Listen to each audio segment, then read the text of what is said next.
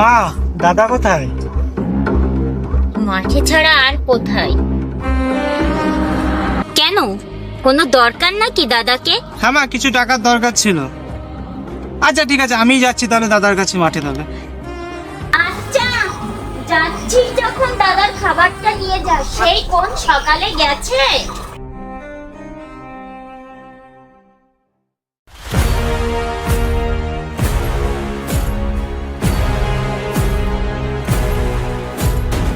দাদা, এই যে খাবার।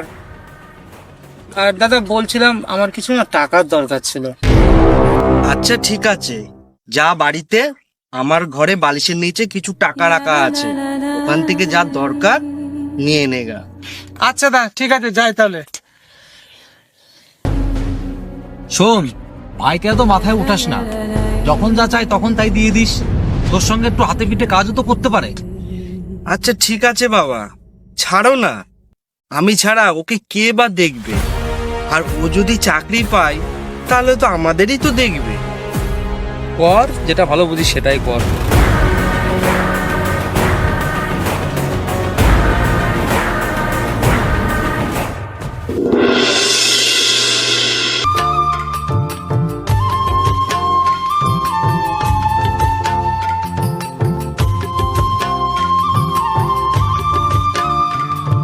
তা বলছি দিদি, সুজয়ের তো বিয়ের বয়স হতে গেল, বিয়ের কথা কিছু ভাবলে? না, এখনো সেরকম কিছু তো ভাবিনি।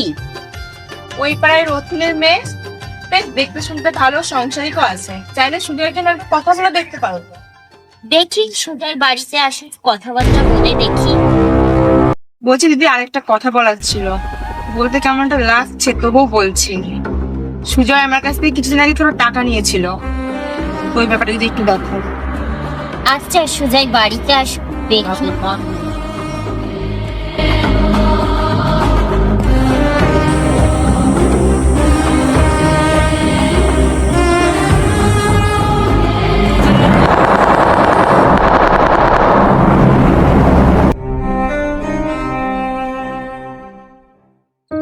সুজয়, ভালো সম্বন্ধ এসেছে বাবা, এবার বিয়েটা করে নে।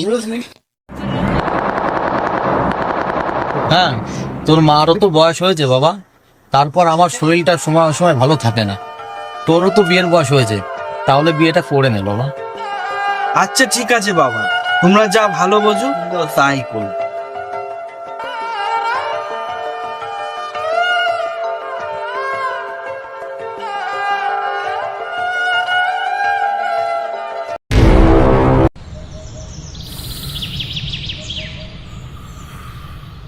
দাদা, তুই এখানে বসে আছিস? তোকে খোঁজ করছিলাম। হ্যাঁ বল, কিছু দরকার? দাদা, কালকে তো বাবা মা সব কথাই তুই শুনলি। তুই যদি এখন বিয়ে করিস তাহলে আর হয়তো আমার পড়াশোনাটা হবে না।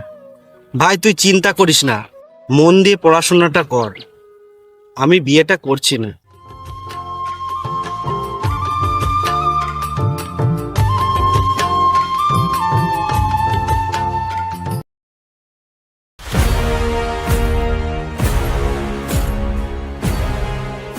মা, আমি বিয়ে করে ফেলেছি। আমাদের দুজনের মধ্যে অনেক দিনের সম্পর্কটাও ছিল, চাকরিটাও পেয়ে গেছি, তাই বিয়েটাও করে ফেললাম মা। বাবা, তুই দাদার কথাটা একবারও ভাবলি না? মা, ওর কথা আর কি ভাববো? কেমন কথা বললি রে বাবা, যে তোর জন্য এত কিছু করলো তাকে একবার জানালি না? মা, ওসব কথা ছাড়ো তো এখন, ওদেরকে ঘরে নিয়ে এসো।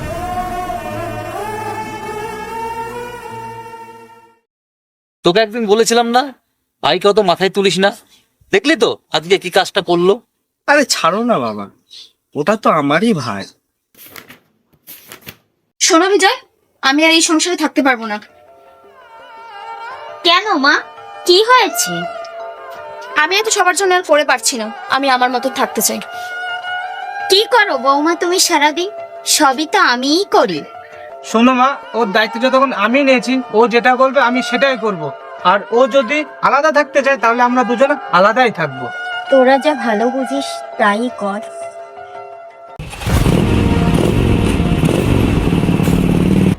বাড়িতে কেউ আছেন? হ্যাঁ বলুন, ঠিক চিনলাম না তো আপনাকে। আমি সরকারি লোন অফিস থেকে এসেছি। সুজয় কে হয় আপনার? যান ওকে ডেকে দিন। হ্যাঁ, সুজয় আমার বড় ছেলে। আপনি বসুন, আমি ডেকে দিই।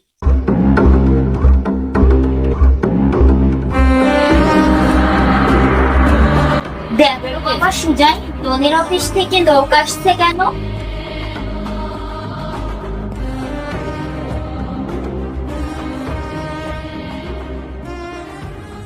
হ্যাঁ স্যার বলুন। বলুন মানে, লোনের টাকাটা দাওনি কেন? স্যার একটু সমস্যার মধ্যে ছিলাম, আমাকে আর কটা দিন সময় দিন স্যার, আমি আপনার লোনটা শোধ করে দেবো। আর কোনো সময় টময় দেওয়া হবে না। 24 ঘন্টার মধ্যে অফিসে এসে লোনটা শোধ করে আসবেন।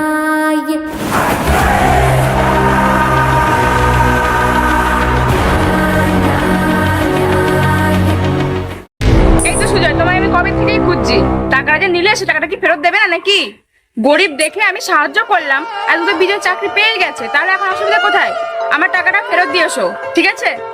আরে যে দিদি, তোমাকে তো আমি সে কবেই বলে গেছি, তোমাকে বলেছিলাম না ওর সঙ্গে কথা বলতে।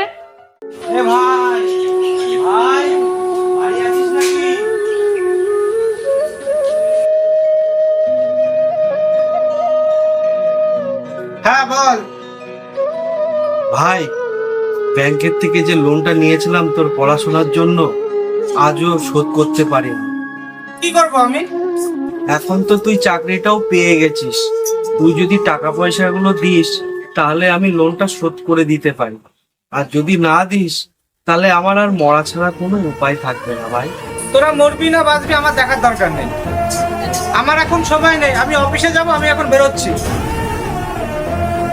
এই শোনো, টাকার জন্য বা অন্য কোনো কিছুর জন্য আমার বাড়ির ত্রিসীমানা যেন তোমাদের না দেখি।